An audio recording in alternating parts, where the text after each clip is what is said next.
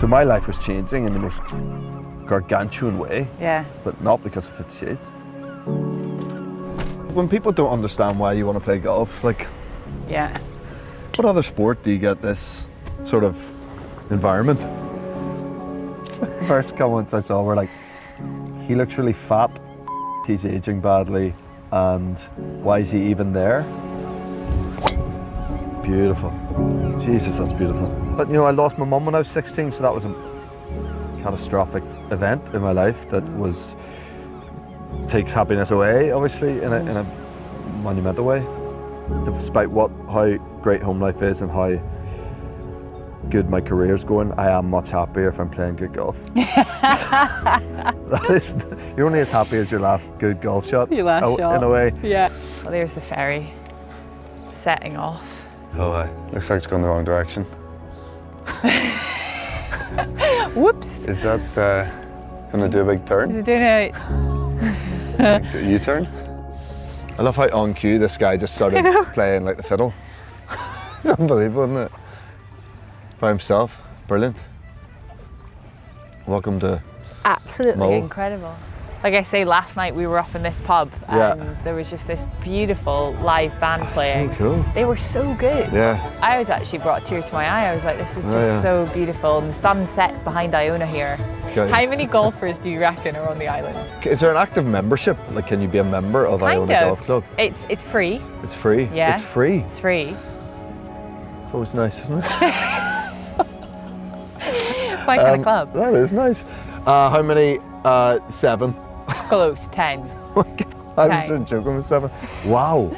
Yeah. Imagine how well they know each other. I know, how cool is that though? Like just 10 friends that go out. That's nice. They all volunteer and keep the course like, you know, in shape, but mainly the greenkeepers are the sheep.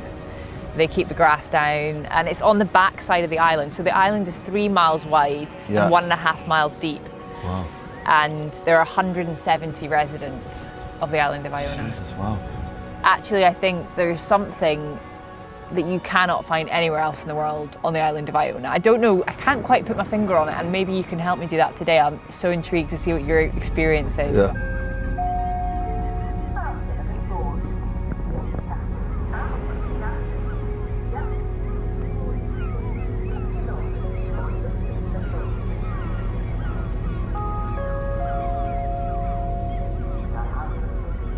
This is Iona. This is so pretty. Jesus. So gorgeous, That's isn't it? gorgeous, yeah. Really is. Really is. No, honestly, you know, you want to see the views and all that. I'll at least get the door for you. Like. Thank you. Oh, wow. Wow. Yeah, you picked the right day for it. Oh, this is brilliant, yeah. Cheers, Finlay. Thanks, man. How's that? This is epic. Wow.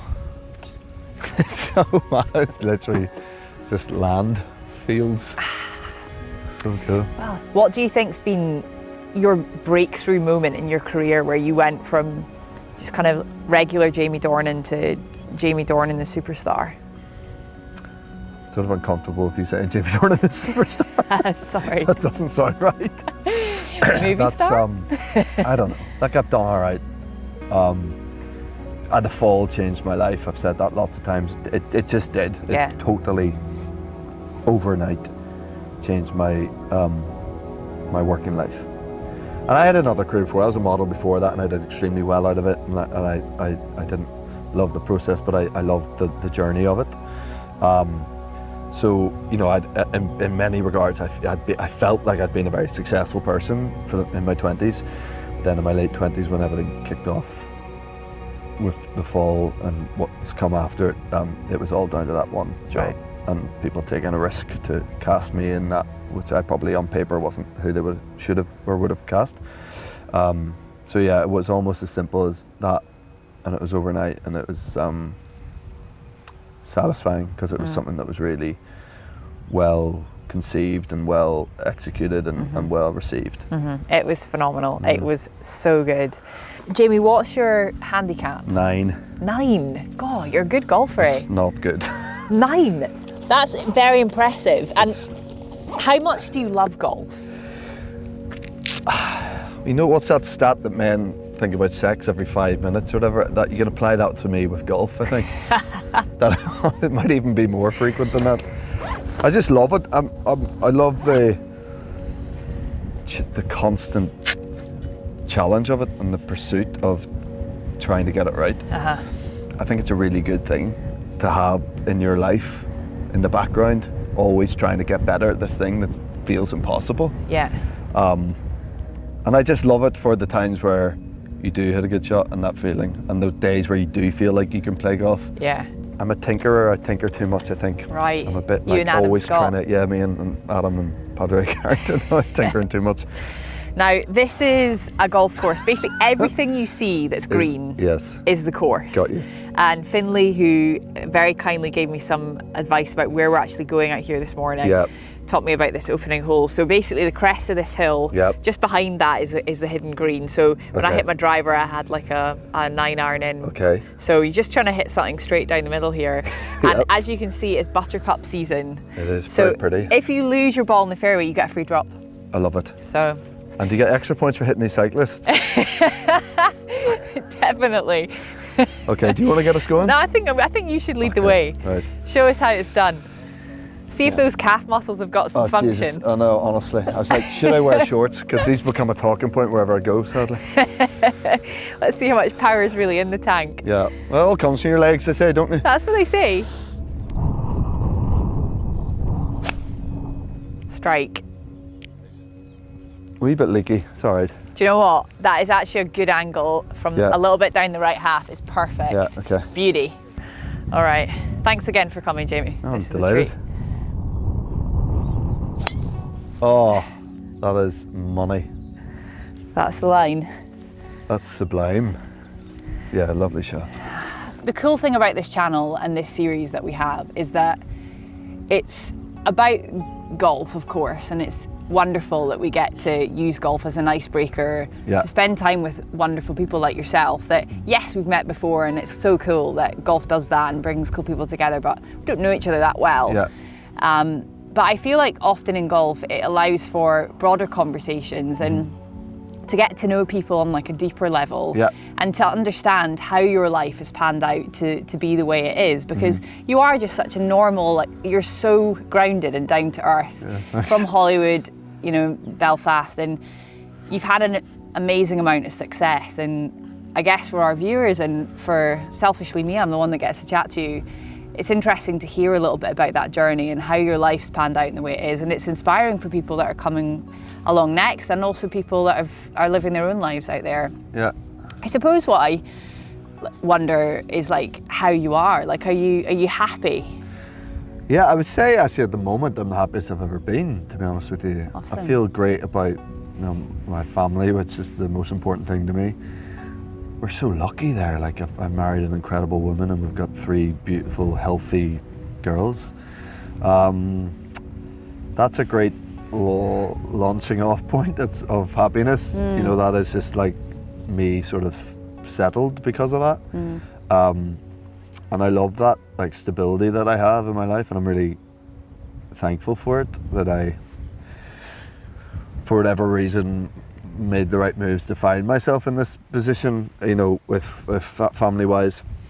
And then on the flip side of that, career-wise, I'm as happy as I've ever been. I'm getting to do really cool work and, you know, work with great people, really big, impressive companies and streamers and studios, and, you know, with people that I like and I respect, and have a choice and a bit of a say over how and when and why I do that. And that's a real luxury, and I don't take it for granted. Like, I'm really acutely aware that that's a great situation.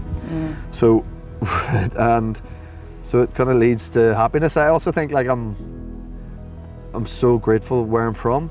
Like, it's a big part of me, and I really care about that part of the world, and being from Belfast, and, you know, I think it's been really beneficial to me to be from that place and to be from Northern Ireland and have an environment where ego isn't allowed. I'm not saying it doesn't exist, big egos. There's everyone from dentists to estate agents have big egos from Belfast, but it's not received well. People don't like it, and we're a real culture in all of Ireland of really putting each other down in a fun way and in a grounding way, and I think it's super important. And you know, I'm out here and I've had 3 of my best mates with me the last couple of days, and you know, all we do is slag each other off, but it's all from love.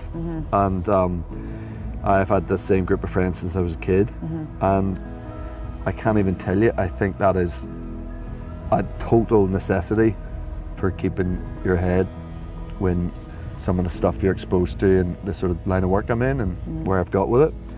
To have those people around me that have known me from day one, essentially, a lot of them, that's vital, really vital.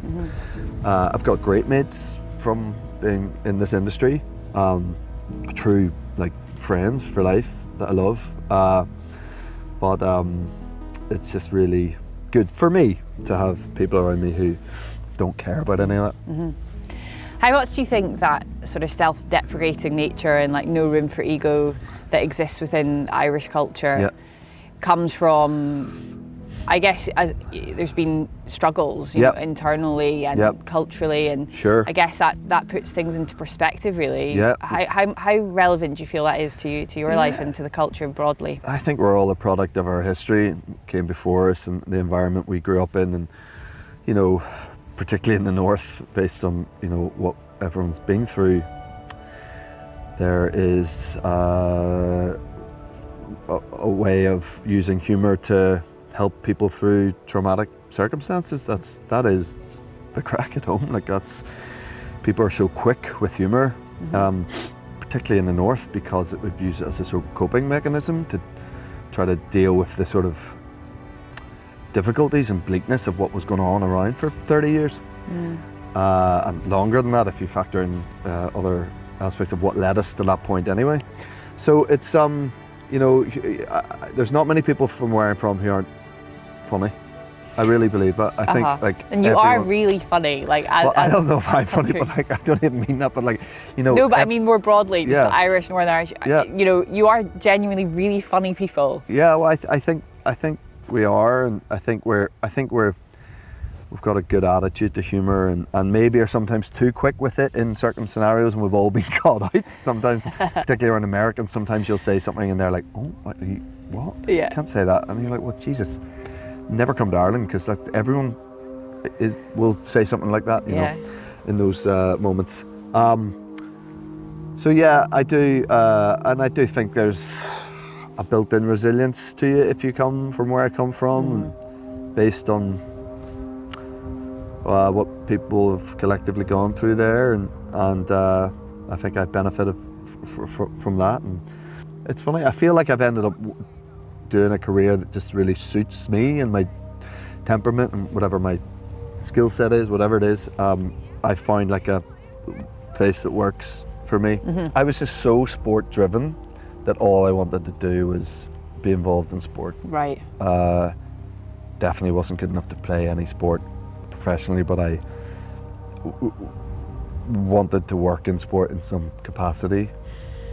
A big part of me still does, and what's lovely about being in the position I am in my career, I do end up being invited to things like the Dunhill or JP's Pro-Am, or you know, and I am around like heroes of mine, and I've had the opportunity to meet heroes of mine in lots of sports that I loved growing up and still love. So that's a really cool like side, you know, for someone like me who's obsessed with sport. Like it's a very cool thing that this life as an actor has also given me through achievements or whatever that I've had. So I honestly genuinely am really happy at the moment. That's great. Just I'm sort of like, I'm much happier despite how great home life is and how good my career's going. I am much happier if I'm playing good golf. You're only as happy as your last good golf shot. Your last shot. In a way. Yeah. And that can swing from day to day.